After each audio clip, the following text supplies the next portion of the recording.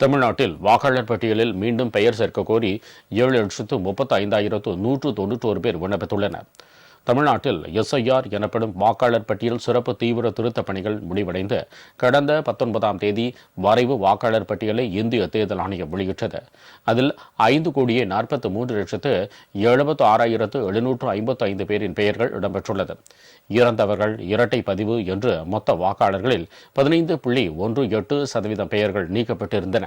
முகவரி மாற்றத்தால் நீக்கப்பட்டவர்கள் மீண்டும் விண்ணப்பிக்க வரும் 18ஆம் தேதி வரை அவகாசம் அளிக்கப்பட்டுள்ளது. இதற்காக நடத்தப்பட்ட சிறப்பு முகாம்களில் வாக்காளர் பட்டியலில் மீண்டும் பெயர் சேர்க்க 7,35,191 பேர் விண்ணப்பித்துள்ளனர். பெயர் நீக்க 9,505 பேர் விண்ணப்பித்துள்ளனர். இந்த பணிகள் அனைத்தும் ஜனவரி 18ஆம் தேதி முடிவடைந்த பிறகு அனைத்தும் சரிபார்க்கப்பட்டு இறுதி வாக்காளர் பட்டியல் பிப்ரவரி 17ஆம் தேதி வெளியிடப்படுகிறது. அதில் இடம்பெறும் வாக்காளர்களை சட்டசபை தேர்தலில் வாக்களிக்க முடியும்.